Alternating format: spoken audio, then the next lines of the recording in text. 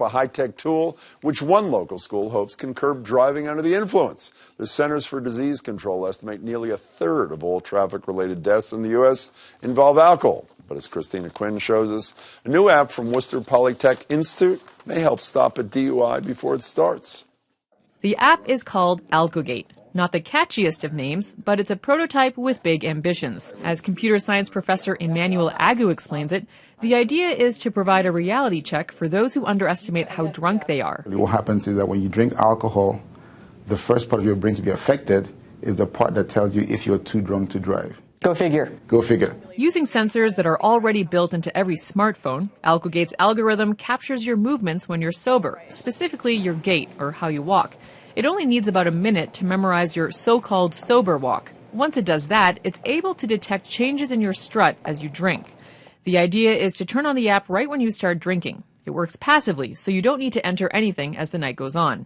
If you sway much more than your sober baseline, then it concludes that you're drunk. Christina Aiello wrote a lot of the code behind Alkogate, and she walks me through how it works. After launching the app, she enters my profile info, gender, height, and weight.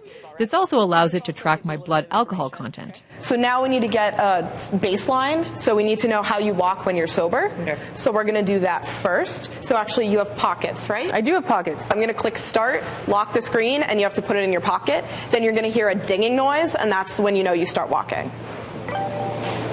So you're going to walk and then until you hear a ding again. Okay. So just walk back and forth, just act natural.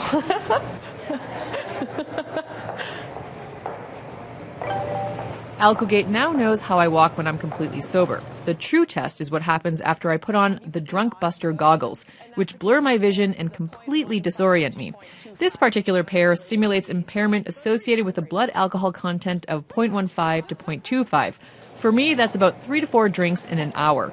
So I'm pretty drunk right now. Pretty much. At that point, you're way past the legal limit and nearing the point where you're probably going to want to go to the hospital, honestly. The wall is much closer than it seems. That's what's really terrifying. I stumble through Worcester Polytech with the drunk goggles on. When Alkogate detects that the user is drunk, it buzzes or beeps. The alarm is persistent, and that's the point. The notification on the screen tells me that I've had too much to drink, and Aiello says I can set it up so that the alert will notify a friend. What the app has told me is that my friend who's using the Alkogate app has reached an estimated BAC range of 0.25 or higher. Ruh-roh. That's me. That's me. And so then what? You come to my rescue. Yes. Okay. Order me an Uber or something. Okay. While most of us like to think that we know how to exercise good judgment, it certainly doesn't hurt to have a backup plan right in your pocket.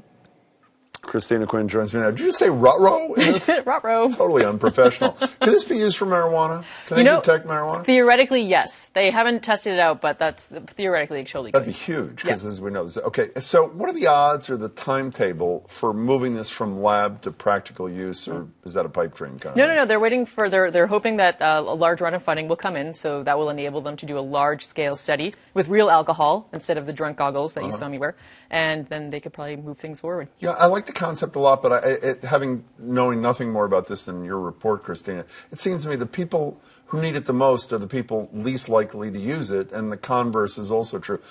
What do they say to that? Right. Well, so Professor Emmanuel Agu said that he thinks people will use it. I mean, of course he's going to say that. But I did speak with a couple of folks over at different schools of public health, over at BU and at Brown University, and they were actually pretty optimistic. A lot of it comes down to whether you're even curious to begin with. So, you think about the people who wear Fitbits, right? And so that's people who are interested in their biodata and, tracking their health, they would probably be curious about something like this.